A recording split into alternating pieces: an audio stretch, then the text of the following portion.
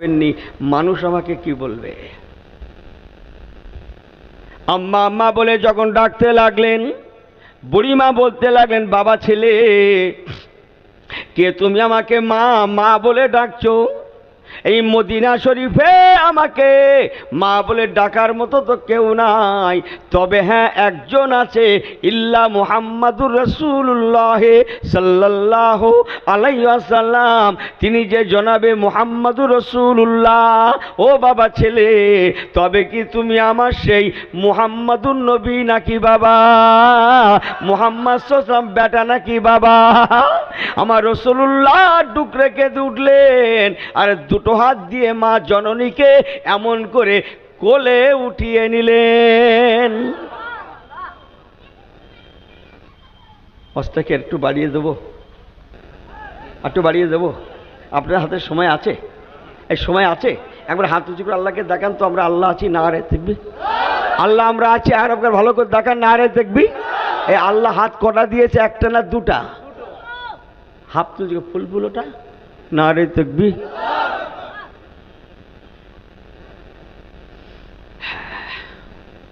আমি যা রস করছি উনি এখনো কলেমা পড়েনি।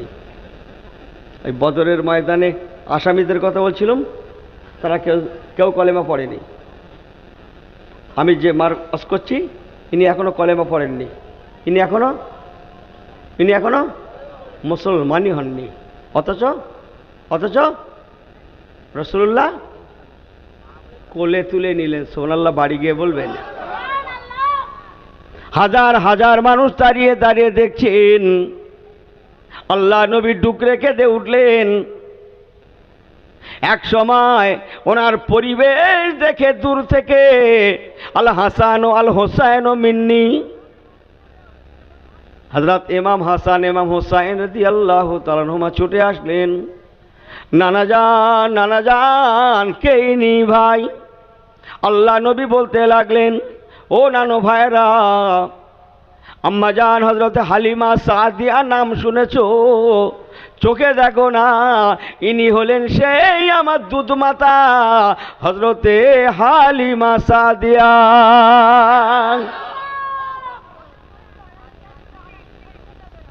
এখনো কিন্তু মুসলমান হননি। আল্লাহ নবী মাথায় সবুজ পাগড়ি আমামা, নবী আমার ইমাম হাসান হোসাইনকে বলতে লাগলেন, আল হোসাইন ও মিন্নি ও আনা মিন আল হোসাইন। হুজুর হাসান হোসাইন জানেন তো নবী পাকের মাথার দিকের মুখের দিকের অংশটা যেমন চেহারা, উপরের অংশ ইমাম হোসাইন হুজুরের অনুরূপ ছিল। সুবহানাল্লাহ। নবী পাকের কদম দুটা যেমন ইমাম হাসান হুজুরের কদম দুটা অনুরূপ ছিল। নবী পাকের চেহারা যেমন ইমাম হোসাইন হুজুরের চেহারা অমন ছিল। তাই নবী পাকের ইন্তেকালের পরে সাহাবীরা যখন ওনাদের দরবারে যেতেন, ইমাম হোসাইন হুজুরকে দেখে নবী পাকের চেহারা দেখা স্বাদ মেটাতেন। আর ইমাম হাসান হুজুরের দরবারে যখন সাহাবীরা বসতেন, ওনার কদম মোবারক দেখে নবী পাকের কদম দেখা স্বাদ মেটাতেন। আল্লাহ নবীর দিন দুনিয়ার বাদশাহ হাসান হোসাইনকে বলতে লাগলেন, ও নানো ভাইরা, জলদি করো, আমি রাসূলুল্লাহর মাথা মোবারকের আমামা শরীফটাকে তোমরা খুলে নাও, পাগড়ি মোবারকটাকে খুলে নাও। এই পাগড়িটা মদিনার মসজিদ নববী শরীফের চাতোয়ালে ভালো করে বিছিয়ে দাও। আমি রাসূলুল্লাহ আমার পাগড়ি মোবারকের উপরে আমামা শরীফের উপরে হযরতে হালিমা সাদিয়া আমি আমার আম্মা জানকে বসাতে চাই।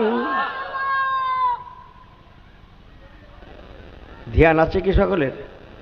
এই নবী পাকের পাগড়ি বোঝেন, আমামা শরীফ বোঝেন? ফেরেশতা জিবরাইল আমিনের ক্ষমতা আছে ওই পাগড়িতে হাত দিতে পারে? এই কথা বোঝেন না আপনি? কি বলছি, ফেরেশতা জিবরাইল আমিনের ক্ষমতা আছে? ওইটাকে ঠিক করে নেন। অত সস্তা রাসূল পাক যে পাগড়িটা মাথায় পড়তে, তাতে ফেরেশতা জিবরাইল আমিন না। অথচ আল্লাহ নবী বললেন, ও নানো ভাইরা, ভালো করে বিছিয়ে দাও। আমি রাসূলুল্লাহ আম্মাজানকে আমার পাগড়ি মোবারকের উপরে বসাতে চাই। সংক্ষেপ কালাম বিছিয়ে দেওয়া হলো। নবী পাক গেলেন, নিজের পাগড়ি মোবারকের উপরে বসিয়ে দুই মায়ে বেটায় কত না কত কথা। মা যেমন কাঁদে, বেটা তেমন কাঁদে, বেটা যেমন কাঁদে, মা তেমন কাঁদে। শেষ লাইনটা বলে দিয়ে যায়, এক সময় নবী আমার আম্মাজান হালিমা সাদিয়া রাদিয়াল্লাহু তাআলা আনহাকে ঈমানের কালমায় লা ইলাহা ইল্লাল্লাহ, ভাইরা পড়েন লা ইলাহা ইল্লাল্লাহ মুহাম্মাদুর রাসূলুল্লাহ ঈমানের কলেমা শরীফটা পড়িয়ে দিলেন। এরপরে এখন দরিয়া ওয়াজ আর যান না, এখানে দাঁড়িয়ে যান, ওসব সময় লাগে, এরকম করে হয় না। এসব ওয়াজ করতে হবে ঘড়ি খুলে, বুঝলেন না কথা? যখন হোক শেষ হবে, আজ না হলেও কাল হবে, বুঝলেন? এরকম করে হয় না, কত না, সামনে চাপ, পেছনে চাপ, সময়ের চাপ, হুজুরির চাপ, বহু রকমের চাপ। আমার যতটুকুন দরকার ঠিক ততটুকুন আপনাদের খিদমতে। একটু দাঁড়িয়ে যান, আল্লাহর দিকে তাকিয়ে বলুন, আমি এতক্ষণ ওয়াজ করলাম কার? মুসলিম না অমুসলিমের? কথা বোঝেননি? আম্মাজান হালিমা সাদিয়াকে কলেমা পড়ালেন পরে, পাগড়িতে বসালেন আগে। কলেমা শরীফ পড়ালেন পরে, কোলে নিলেন। ওয়াজ বোঝেন? ভালো করে শুনুন মুসলমান, এই যদি রসুলে পাকের একজন ইসলাম ছাড়া ব্যক্তির উপরে ব্যবহার হয়, ব্যক্তির জন্য ব্যবহার হয়, ও আমার হোমরা এলাকার ভাইরা, ক্যানিং জীবনতলা এলাকার ভাইয়েরা, আল্লাহর দিকে তাকিয়ে বলেন, একজন মুসলিম হয়ে আর একজন মুসলিমের প্রতি কত দরদ থাকার দরকার ছিল, কত ভালোবাসা থাকার দরকার ছিল, কত আদর্শ থাকার দরকার ছিল। অথচটা বলবো না, রাগ করবে না। ওর ক্ষতি এর আনন্দ, ঠিক বললাম না ভুল বললাম? ওর ক্ষতি এর আনন্দ। আপনাদের এখানে নেই, কথা বোঝেন না? বোঝেন না? শুধু বুকি বাড়ি মেরে বলছে আমার দোয়া কেন কবুল হয় না? আমাকে ভুল বোঝেন না ও নওজোয়ানেরা। আমার রাসূলে পাক সাল্লাল্লাহু আলাইহি সাল্লামের আদর্শ যদি এই হয়, উম্মতের আদর্শ কেমন হওয়ার দরকার ছিল সংক্ষেপ করছি, তাই হাতটা জোড় করে বলে গেলাম, ফিরে আসুন। আমি একটা অন্য সম্প্রদায়ের মানুষের মিসাল দিয়ে আপনাদের কাছে দুটো কথা বললাম, হাতটা জোড় করে বলে গেলাম, ফিরে আসুন। ইত্তেফাক, ইত্তেহাদ, ভালোবাসা, দয়া, মায়া নিজেদের মধ্যে বিদ্যমান রাখুন। স্বামী স্ত্রীর ভালোবাসা, ভাই ভাইয়ের ভালোবাসা, পাড়া পড়োশির ভালোবাসা, মুসলমানের ভালোবাসা স্থাপন করুন। এক হয়ে যান, ইত্তেফাক, ইত্তেহাদ, এক হয়ে যান। আল্লাহ কোরআন পাকে বলেছেন, ওয়াতাসিমু বিহাবলিল্লাহি জামিআও ওয়ালা তাফাররাকু। যদি মুসলমানেরা, ইসলামওয়ালারা তোমরা এক হয়ে থাকতে পারো, আমি আল্লাহ কথা দিলাম আমার মদদ তোমাদের সঙ্গের সাথী হয়ে যাবে। ও মুসলিমেরা, তোমরা ডিভাইডেড হবে না, তোমরা আলাদা হবে না, তোমরা ব্যালক হবে না, তোমরা তফাত হবে না, তোমরা এক হয়ে যাও। ওয়াতাসিমু বিহাবলিল্লাহি জামিআও ওয়ালা তাফাররাকু। তোমরা এক হয়ে যাও, তোমরা ডিভাইডেড হবে না, তোমরা আলাদা হবে না, তোমরা ফারাক হবে না, তোমরা ব্যালক হবে না। যদি তোমরা এক থাকতে পারো, আমার মদদ তোমাদের সঙ্গের সাথী হয়ে যাবে। ওয়াকানা হাক্কান আলাইনা নাসরুল মুমিনিন। মুমিনদের জন্য আমি আল্লাহ আমার সাহায্য করা একান্ত কর্তব্য হয়ে পড়বে। আল্লাহুম্মা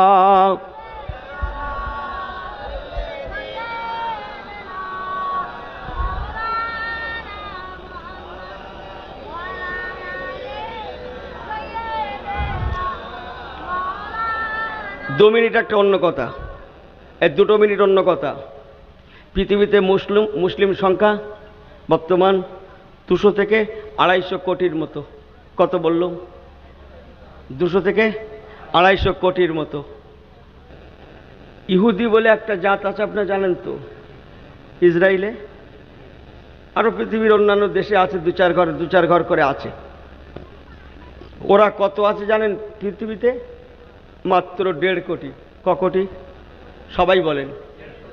1.5 1.5 কোটি। পাশাপাশি মুসলমান ক কোটি বললুম? 2.5 কোটি বললুম। ওইটা ঠিক করে নেন।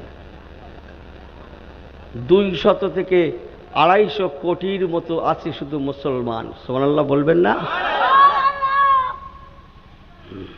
ওরা আছে 1.5 কোটি। একটুখানি বোঝানোর জন্য 2 মিনিট বলছি, আমি তাদের প্রশংসা করছি না।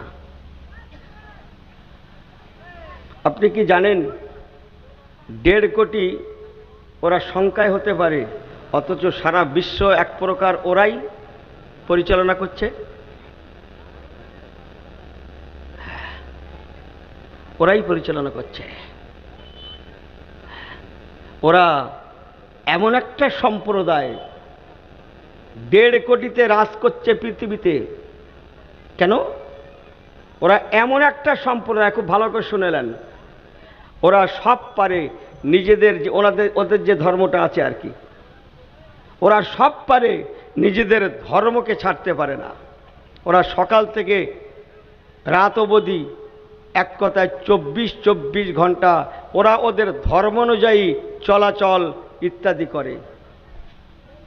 ওরা সব পারে, নিজেদের ধর্মটাকে ছাড়ে না। এই সমস্ত সোশ্যাল মিডিয়া ওরা আমার দিয়ে বলছে, তোরা সারা রাত ধরে ওই দেখ, বই পুস্তক আমরা পড়ব। তাই আজ পর্যন্ত পৃথিবীতে যত নোবেল পুরস্কার পেয়েছে লোক, সব থেকে বেশি নোবেল পুরস্কার পেয়েছে ইসরায়েলে ইহুদির বাচ্চারা। ওদের মতো নোবেল পুরস্কার আজ পর্যন্ত পৃথিবীর কোনো দেশের মানুষ পায়নি। কথা বলছেন না মনে হয়? ওদের ধর্ম অনুযায়ী আমার তো জানা নেই সব ভাই। মদ বলেন, জুয়া বলেন, গাঁজা বলেন, কলকে বলেন, তাস বলেন, কথা বলছেন না, সুদ বলেন, ঘুষ বলেন, ব্যাজ বলেন, এই রকম যে ক্লাসের গুলো খারাপগুলো আছে, ওদের ধর্ম অনুযায়ী যেগুলো হারাম, যান খবরটা নিয়ে দেখেন গিয়ে, ওরা তার ধারে কাছেও যায় না। ওরা তাস খেলে না, তোরা খেল। জগৎকে দিয়েছে, তোরা খেল। মোবাইল দিয়েছে, তোরা দেখ। বই আমরা পড়ব, ডাক্তার আমরা হব, মাস্টার, উকিল, ব্যারিস্টার, মুক্তার আমরা হব। পরের লাইনটা শুনবেন। ওদের যে হোটেলগুলো পর্যন্ত আছে, সেখানেও হারাম হালালকে এত তামিজ করে ওরা। প্রত্যেক হোটেলে লিখে রাখতেই হবে হালাল, তা নাহলে সে হোটেলে খরিদ্দার যাবে না। মুরগিটা, খাসিটা, গরুটা, উটটা, দুম্বাটা জবে করার জন্যে মৌলবি মাইনে দিয়ে পোষা আছে, রাখা আছে প্রত্যেক হোটেলে। যে হোটেলে মৌলবি নেই, সে হোটেলে খরিদ্দার যাবে না। আমি কি বলতে পারছি আপনাদের? পাশাপাশি বাচ্চা কাচ্চা, যার যত ছেলে মেয়ে হবে তার তত কদর বেশি। ধর্ম এতটুকুন ওরা কাটসাট করে না। ওরা হালালকে হালাল জানে, হারামকে হারাম জানে ওদের অনুযায়ী। ওদের কি আছে আমার জানা নেই, আমি জাস্ট হিসাবটা বলছি। পাশাপাশি আমরা মুসলিম, আমাকে ক্ষমা করবেন, যে ইনি লটারির টিকিট কেটে বড় হবে, 10 টাকার টিকিটই 1 কোটি না কত পাবে, কেটেছে, নাম্বার মিলাচ্ছে, হঠাৎ দেখছে একটা নাম্বারের জন্যে স্লিপ হয়ে গেছে, পাশ দিয়ে বেরিয়ে গেছে, কানের পাশ দিয়ে বেরিয়ে গেছে। কিসের পাশ দিয়ে? ফার্স্ট প্রাইজটা কোথায় গেছে? কানের পাশ দিয়ে বেরিয়ে গেছে। ব্যাস, উনি এখন সেই কানে ধরতে গিয়ে, ওই একটা নাম্বার কালেকশন করতে গিয়ে ওনার বাগান গেল, পুকুর গেল, এ গেল, সে গেল, সব গেল। হারাম। হারাম হালালের তামিজ নাই, পাক না পাকের তামিজ নাই, জায়েজ না জায়েজের তামিজই নাই, সুদ ঘুষের তামিজ নাই, জেনা ব্যভিচারী তো বলা চলে না। আল্লাহ মাফ করে দিক। ও আমার পেয়ারা ভাইরা, হাত জোড় করে বলে গেলাম, আল্লাহ কোরআন পাকে এই জন্যই বললেন, রে দুনিয়ার ইমানদারেরা, মানকানা ফামান কানা ইয়ারজু লিকা রাব্বিহি ফালিয়ামাল আমালান সালিহাও ওয়ালা ইউশরিক বিইবাদাতি রাব্বিহি আহাদা। আমি আল্লাহ বলছি, যদি তোমরা আমি আল্লাহ পাক আমার রেজামন্দি সন্তুষ্টি অর্জন করতে চাও, লিকা রাব্বিহি ফালিয়ামাল আমালান সালিহা, তোমরা নেক আমল করো, হারামের ধারে কাছে যাবে না, মিথ্যা বলবে না, চগলখড়ি, পরনিন্দা, গীবত, গিল্লা, মেরে নেওয়া, কেড়ে নেওয়া, হারামের মাল, সুদের মাল, ঘুষের মাল, সুদ ঘুষ বন্ধক খারাপই যাবে না।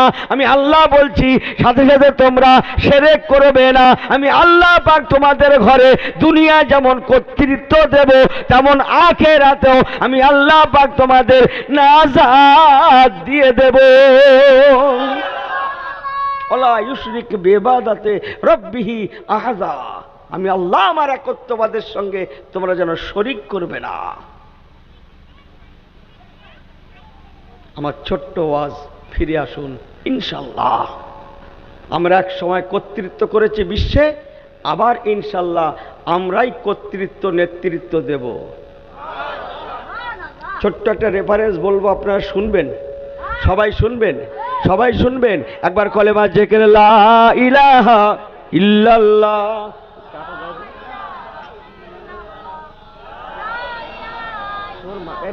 মুছে আসেন থেকে লা ইলাহা ইল্লাল্লাহ। কি আপনি করতে পারেনি?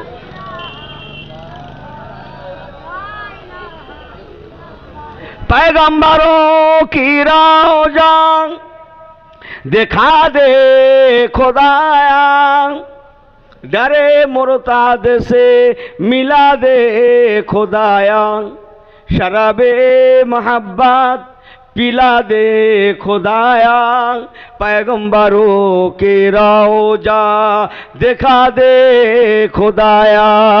अल्लाहुम्मा पढ़ें सल्ले आला राम सदो।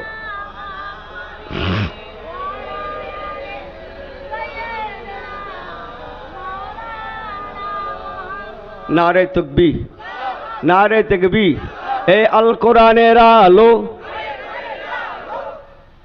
এই আমার দিকে ফিরে বলেন, নারে তাকবীর। ছোট্ট একটা রেফারেন্স, জানা কথা। তাহলে কি বলছিলাম আমি? ইউনুস বদরের ময়দানে অমুসলিমদের উপরে এহসান, মদিনার বাজারে আম্মাজান হালিমা সাদিয়া কলেমা পড়েননি, তার প্রতি এহসান। সুবহানাল্লাহ বলবেন না? হ্যাঁ, সেই নবী পাক সরকারের দু আলম সাল্লাল্লাহু আলাইহি ওয়াসাল্লাম হচ্ছেন আমাদের পয়গম্বর। তার উত্তম আদর্শের কাছে দুনিয়া আজকে মাথা হেট করে দিয়েছে। সুবহানাল্লাহ বলবেন না? মাথা হেট করে দিয়েছে। একই ওই 70 জন বন্দী ওমর ফারুক হুজুরকে রসুল ডেকে বলছে, বাবা ওমর যুক্তি করছেন, এই 70 জন বন্দীকে কি করা যায় বলো তো? বলে হুজুর কোনো কথা হবে না। এই মাল বের করে রসুল বলছে, বাবা এত বড় গরম লোক দেখছি। বাবা ওমর বসো বসো বসো, তুমি বসো তুমি বসো। হ্যাঁ, আবু বকর সিদ্দিকের, বাবা আবু বকর এই 70 জন বন্দী কি করা যায় বলো তো? বলে হুজুর আমার মন বলে সব ছেড়ে দেন। দেখো এই তো আমার নরম লোক দেখছি, ঠিক কথা বোঝেন না। আহা, ওমর ফারুক বলছে একটা লোক 3টে হোক, আর লোক কটা হবে না? দুটো। এই একটা রেদিক একটা দুটো, আমার বলা ভুল হয়ে যাচ্ছে। 4টা লোক 2টো। ও আবু বকর হুজুর বলছে, ও বাদ দেন, সব ছেড়ে দেন। যে আলোচনা পরামর্শ হলো, কিছু উজরাতের বিনিময়ে এদের মুক্তি দেয়া হবে, মুক্তিপণ। আহা, অনেক কথা আছে, তাতে নবী পাকের নিজের বড় জামাইও ছিলেন হযরত আমের, আম্মাজান জয়নাব রাদিয়াল্লাহু তাআলা আনহার স্বামী, আমার নবী পাকের বড় জামাতা। আহা, যখন মুক্তিপণ চাইলেন, জামার কাছে কিছু নেই। আম্মাজান জয়নাব নবী পাকের বড় বেটি, বড় কলিজার টুকরা, নিজের গলার হারটা খুললেন, শুনতে পেয়ে দূর থেকে মদিনা শরীফে স্বামীর কাছে পাঠিয়ে দিলেন। হযরত আমের রাদিয়াল্লাহু তাআলাকে বললেন, তোমার মুক্তিপণ কিছু আছে? ওই সময় হযরত আমের হুজুর হারটা বার করে দিলেন। আল্লাহ নবী হারটা হাতে নিয়ে চিনতে পেরে গেলেন। নবী আমার হারটাকে হাতে নিয়ে ঝরঝর ঝরঝর ঝরঝর ঝরঝর করে কাঁদছেন। মদিনার মসজিদ নববী শরীফে আল্লাহ নবীর কান্না, বুক ভরা কান্না, সাহাবীরা কিছুই বোঝেন না আল্লাহ নবী কেন কাঁদছেন। ইয়া রাসূলুল্লাহ, ইয়া হাবিবাল্লাহ, কেন আপনি কাঁদছেন? নবী পাক বলেছিলেন, বাবারা তবে শুনে নাও, বহুদিনের একটা পুরানো ইতিহাস আমার মনে পড়ে গিয়েছে। এই হারটা যে দেখছো বাবা, এটা অন্য কারো হার নয়, এটা আমার খাদিজাতুল কুবরার গলার হার। আমার খাদিজা, আমার বড় মেয়ে জয়নাবের বিবাহের সময় মা জননী তার মেয়েকে দিয়েছিলেন। আমার খাদিজা আমার বড় মেয়েকে হারটা দিয়েছিলেন, আর সেই হারটাই তার স্বামীকে মুক্তিপণের জন্য আমি রাসূলের দরবারে পাঠিয়ে দিয়েছে। বাবারা, এই হারটা আমার খাদিজাতুল কুবরা গায়ে পরতেন। যে খাদিজা আজকে হায়াতে নাই, মক্কাতুল মুআজ্জামার কবরস্থান জান্নাতুল মুআল্লাতে ঘুমিয়ে আছেন, শুয়ে আছেন। আহা, সংক্ষেপ করছি। মুক্তিপণ নিয়ে নিয়ে ছাড়ছেন বেশ কয়েকজন লোক, তাদের আর কিচ্ছু নেই। 4 ঘন্টা পয়সা যে হুজুর এইলেন, 4 ঘন্টা পয়সা দিলাম, আমাকে ছেড়ে দেন। রাসূলুল্লাহ বললেন, এই তোমরা লেখাপড়া জানো? জি হুজুর জানি। পড়াশুনো জানো? বলে জানি। যাও, আমার 10 জন সাহাবীকে নিরক্ষর, যারা পড়াশুনো জানে না, তাদেরকে তোমরা এক এক শেখাও। 10 জনকে লেখাপড়া শেখাও। যেদিন এই 10 জন সাহাবী, এক একজন মাথা পিছু 10 জন করে সাহাবী, এদের অক্ষর জ্ঞান হয়ে যাবে, সেদিন তোমরা মুক্তি পেয়ে যাবে। জোরে বলেন, জোরে বলেন। সংক্ষেপ করছি, মুসলমান এই মহান আদর্শের জন্যে খুব ভালো করে আমার নবী পাকের ছোট্ট জীবনে নয় করে 1,40,000 থেকে 1.5 লক্ষের মতো মানুষ ঈমানের কালমায় লা ইলাহা ইল্লাল্লাহ পড়েন, লা ইলাহা ইল্লাল্লাহ মুহাম্মাদুর রাসূলুল্লাহ ঈমানের কলেমা শরীফ পড়ে মুসলমান হয়েছিলেন।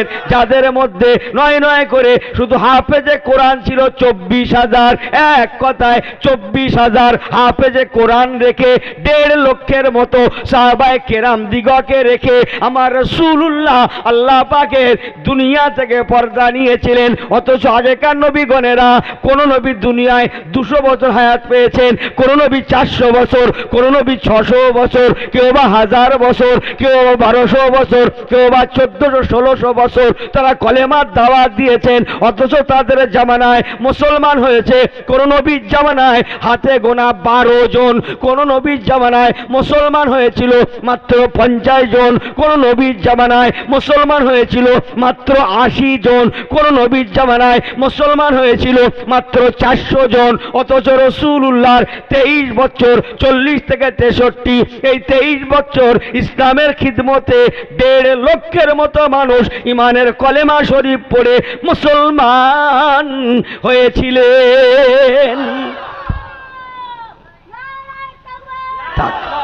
যেটা বর্তমান 250 কোটিতে যে ধাক্কা খাচ্ছে। সুবহানাল্লাহ বলেন। ইনশাল্লাহ সামনে যা দিন এসছে, আকসার লোক ইনশাল্লাহ কলেমা ছায়াতলে আল্লাহ পৌঁছে দেবে। আর একটু জোরে বলেন। তাই আসুন হাতটা জোর করে বলে গেলাম, রসুলের পাকের শেখানো পথের প্রতীক হয়ে যাই, দেখানো পথের প্রতীক হয়ে যাই। আল্লাহর কসম, যারা রসুলের পাকের দেখানো পথের প্রতীক হয়েছে তাদের ইতিহাস দেখুন, তারা বিশ্বের জমিনে রাজ করেছে, রাজ। একটা ছোট্ট রেফারেন্স বলবো, জানা কথা শুনবেন, একদম জানা কথা, কয়েক ঘন্টা রজ আমি কয়েক মিনিটে করে ফেলবো। কার কথা বলি, আছে তো অনেক। আচ্ছা, ওমর ফারুক হুজুরের নাম শোনেন আপনারা? এই হ্যাঁ হো করতে হবে আপনাদের ঘরে। উনি ব্যক্তিটা খুব নরম ছিলেন না? কে নরম না? এই দেখেন, এ হুজুরকেও লাভিয়ে দেবো নাকি? সবাই বলছে গরম, আল্লাহর আলেম তো বলবেই গরম। তবে এটা মনে রাখুন, যিনি যত গরম তিনি তত বেশি নরমও বটে। সুবহানাল্লাহ বললেন না? গরম কোন জায়গায় জানেন তো? গরম এই তুই যে বাড়ির থেকে আসলে এই হোমরায় ওয়াজ শুনতে, এখানে জলসা, তুই রাস্তায় ঘুরছিস মানে কথা বলছেন না? এই দেখ, এই দেখ, এই দেখ, গন্ডগোল করতে দিলে নাম লিখে রাখো, নাম লিখে রাখো। নারে তাকবীর, জোরে বলে নারে তাকবীর। রাসূলুল্লাহ দুনিয়া থেকে চলে গেলেন, আবু বকর হুজুর খলিফা হলেন। আমি একটু জানা কথা দুম করে বলে ফেলি, ভালো লাগবে আপনাদের। ওমর ফারুক হুজুর খলিফা হলেন, জোরে বলুন না সুবহানাল্লাহ। কথা অনেক আছে, অনেক আছে। ওমর ফারুক হুজুর ইসলামের খেদমতের জন্যে হাজার হাজার সাহাবীদের একটা বাহিনী গঠন করলেন। তাতে 4000 সাহাবী থাকলেন, আরো কয়েক হাজার মদিনার সাধারণ মানুষ থাকলেন। লিয়ে রসুল হযরত ওমর ফারুক হুজুর এই ইসলামের বাহিনী পাঠালেন, যাও কলেমার দাওয়াত নিয়ে চলে যাও। Iraq, Iran, Jordan, Kuwait, Lebanon, মিশর, তুরস্ক, সিরিয়া, কথা বলছেন না, সব যাও কলেমার দাওয়াত নিয়ে যাও। অনেক লম্বা কথা। সাহাবায়ে রসুল কারা?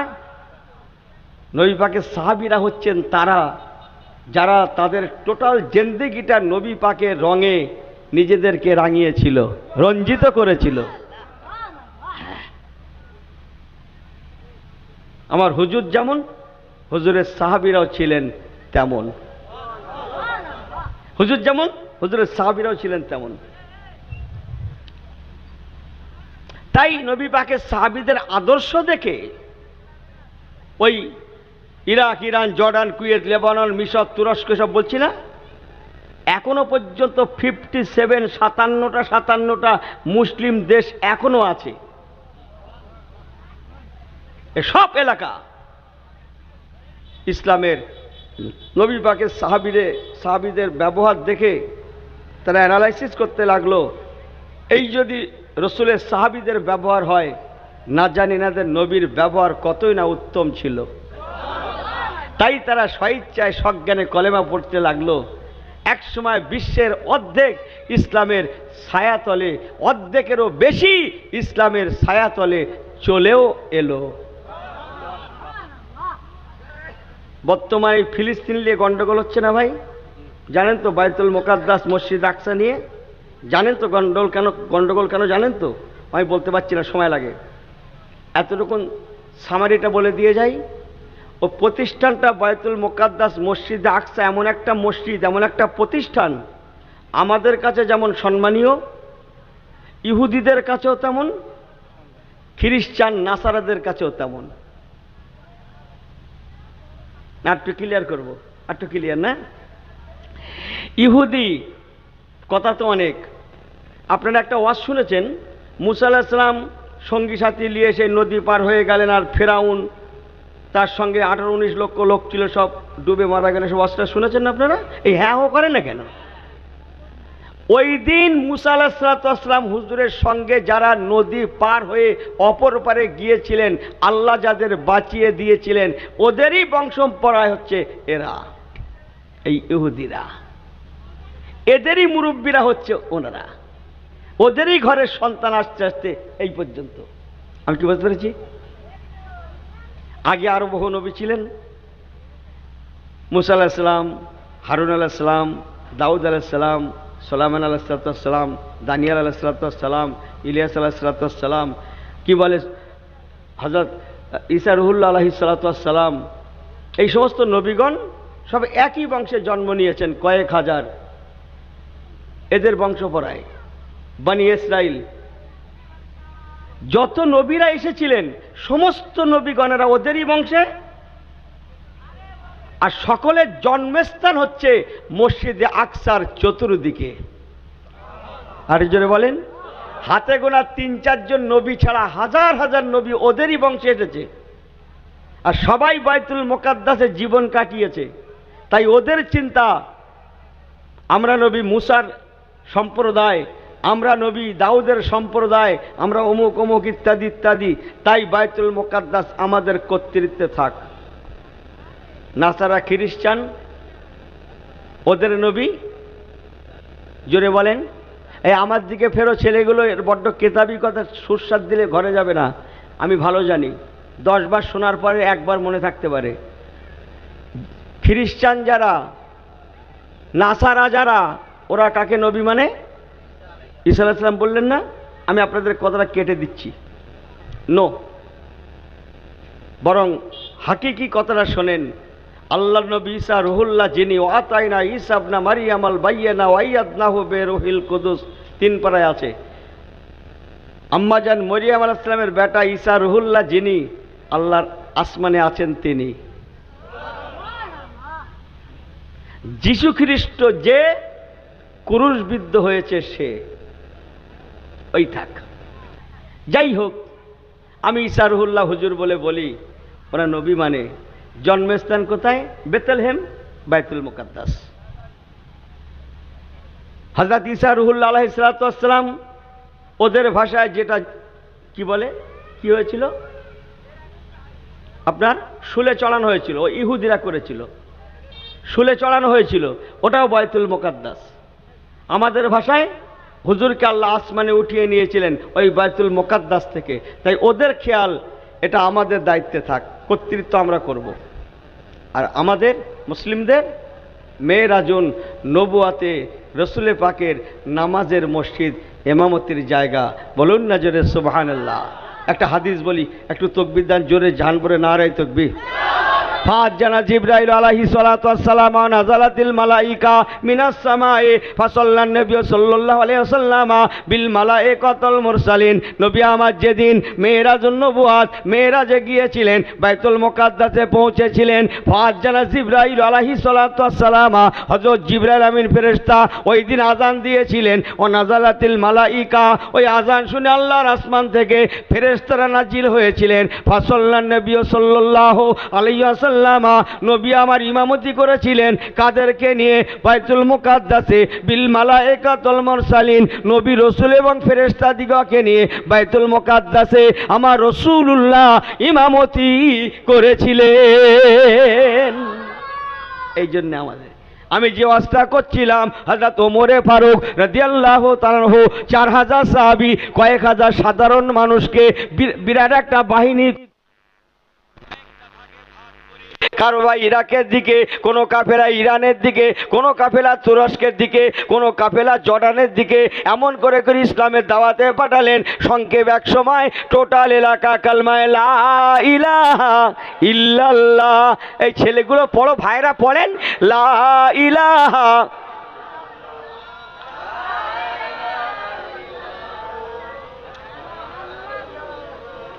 মুহাম্মাদুর রাসূলুল্লাহ। টোটাল এলাকা ইসলামের ছায়াতলে চলে এলো। আর একটু জোরে বলে সুবহানাল্লাহ, আর একটু জোরে বলে সুবহানাল্লাহ। বাদ রইল কেবল বাইতুল মুকাদ্দাস। আমি বলেছি না কয়েক ঘন্টার ওয়াজ কয়েক মিনিটে করে ফেলবো। সব এলাকা জয় হলো, বাদ রইল কেবল ওই ফিলিস্তিনের যে গণ্ডগোল হচ্ছে, যাকে কেন্দ্র করে সর্বনাশ হচ্ছে, ওরা সাড়ে সর্বনাশ করছে বাইতুল মুকাদ্দাস। একেবারে শেষ লাইনটা বলছি, বাইতুল মুকাদ্দাসের যিনি মেন ধর্মযাজক,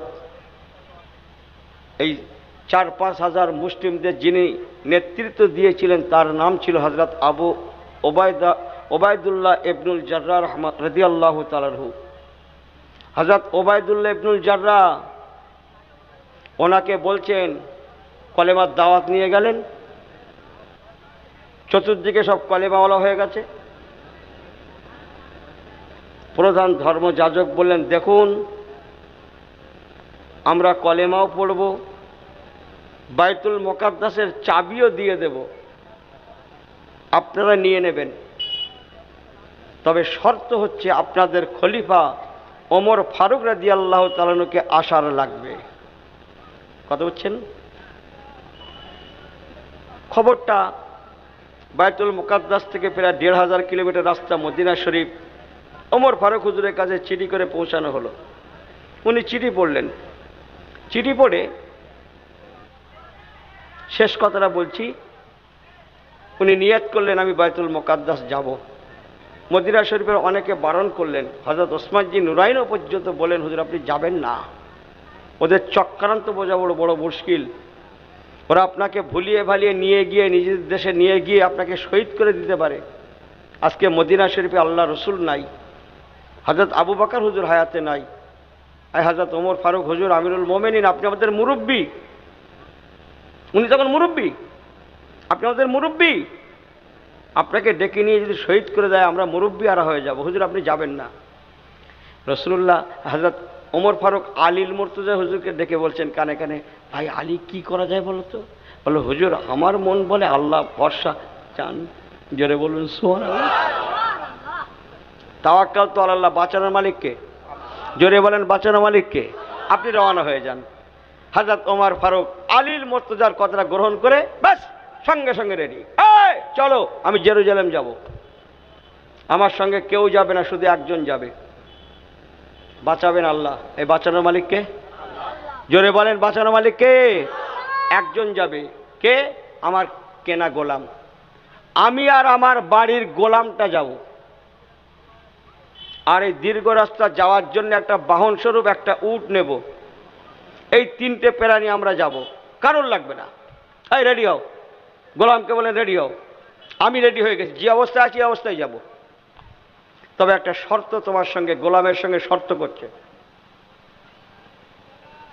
অর্ধ পৃথিবীর খলিফা বরং তারও বেশি, বেশিরভাগ বিশ্বের খলিফা হযরত ওমর কেনা গোলামের সঙ্গে শর্ত করছে, দেখো এই 1500 কিলোমিটার রাস্তা আমরা যাব, তোমার সঙ্গে আমার চুক্তিবদ্ধ হচ্ছে এই শর্তে, আমি তোমার সঙ্গে শর্ত করছি, চুক্তিনামা করছি, আমি উটের পিঠে চড়ে কিছুক্ষণ যাব, তুমি আমার উটের লাগাম ধরে টেনে টেনে নিয়ে যাবে, তারপরে আমি নেমে যাব, তুমি উটের পিঠে বসে থাকবে, আমি তোমার উটের লাগাম ধরে খানিক দূর টেনে টেনে নিয়ে যাব। গোলাম ঝরঝর করে কাঁদছে, হুজুর এটা হয় নাকি? আপনি অর্ধ বিশ্বের খলিফা, আপনি উটের লাগাম ধরে টেনে টেনে নিয়ে যাবেন, আর আমি জমিদারের মতো উটের পিঠে বসে থাকবো, এটা হয় নাকি? আর ওমর ফারুক হুজুর কোন সাহাবী?